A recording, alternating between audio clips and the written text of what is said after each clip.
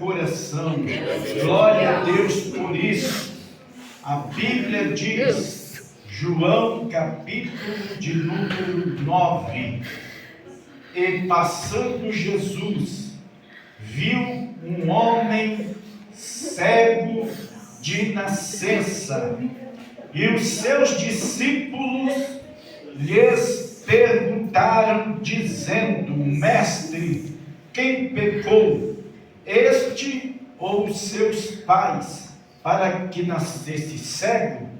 Jesus respondeu: nem ele pecou, nem seus pais, mas foi assim, para que se manifestem nele as obras de Deus.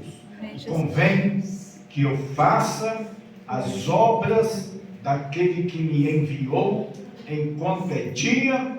A noite vem, quando ninguém poderá mais trabalhar. Amém?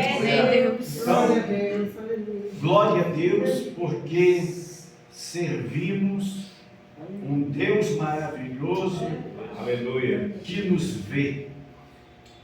E Ele vê de uma forma diferente. Ele vê de uma forma totalmente diferente em relação às outras pessoas.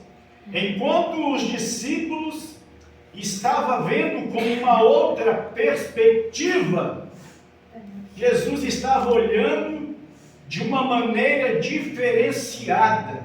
Jesus viu o cego. Jesus viu a necessidade daquele cego. Jesus viu o problema daquele cego. Jesus viu as dificuldades. Jesus viu as circunstâncias. Jesus viu, enquanto os discípulos estavam preocupados em ver falhas, pecados, erros na vida daquele cego. Olha a diferença do olhar do Senhor Jesus para o olhar dos discípulos naquele momento. Quantas pessoas só sabem enxergar os seus erros, as suas falhas, as suas deficiências, mas Jesus, Ele tem um olhar mais além.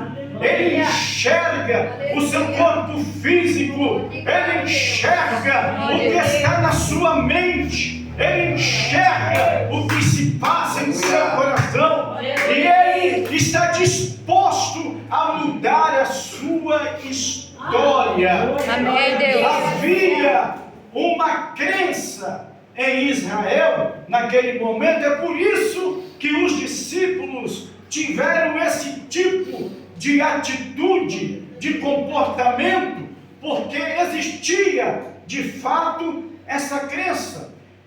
Eles acreditavam que qualquer pessoa que nascesse com algum tipo de deficiência, eles eram uma maldição, eles eram frutos de um pecado, de uma maldição. É por isso que muitos eram excluídos.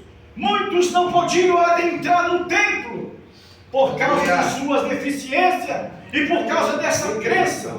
Em Ezequiel 18, Deus levanta o profeta Ezequiel e diz assim: diz o Senhor, que tem de vós que dizeis esta parábola em Israel, dizendo: os pais comeram uvas verdes e os dentes dos filhos se botaram. Ou seja, ele estava dizendo que o fruto daquela cegueira, que aquela cegueira era um fruto, era uma consequência de um pecado do pai, de um pecado hereditário. Mas nessa noite, Jesus está aqui para quebrar toda a maldição hereditária, todo problema de ordem hereditário. Jesus está aqui para dar um basta. Aleluia, Deus. Jesus diz assim: assim diz o Senhor, nunca mais direis este provérbios em Israel. Por quê? Porque todas as almas são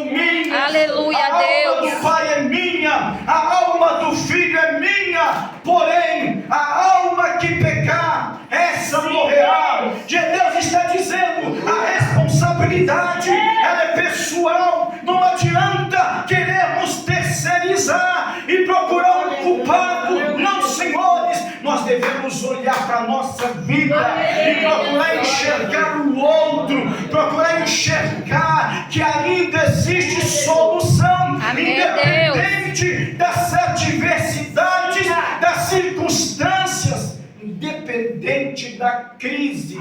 E Jesus está dizendo, enquanto eu estou no mundo, eu sou a luz do mundo. Aleluia. Existem muitos cegos fisicamente que enxergam mais do que muitos que têm a sua saúde perfeita, mas que estão cegos na igreja e que só sabem ver defeitos, erros. São pessoas de baixa autoestima, são pessoas não resolvidas consigo mesmo e vivem querendo terceirizar e terceirizar. E Jesus quebra esse paradigma, dizendo: por que vocês não fazem a obra do Pai enquanto é dia? Enquanto vocês estão preocupados quem pecou, enquanto vocês estão preocupados se é o pai, se é ele quem pecou, o porquê nasceu assim, por que vocês não anunciam a obra de Deus enquanto é dia? Tem muita gente perdendo tempo, meus irmãos, preocupado com a vida alheia e deixando de desfrutar dos benefícios do reino, deixando de fazer aquilo que lhe foi proposto. Convém que se faça a obra enquanto é dia a dia. Fala das oportunidades, fala da nossa vida, fala do nosso vigor, fala da nossa saúde. Enquanto é dia, enquanto é tempo, vamos aproveitar, vamos fazer a obra de Deus, vamos unir as nossas forças. Juntos somos mais fortes. Aleluia a Deus. A noite vem. A noite são as diversidades, a noite são os impedimentos, são as incapacidades. A noite chega quando ninguém mais o poderá trabalhar.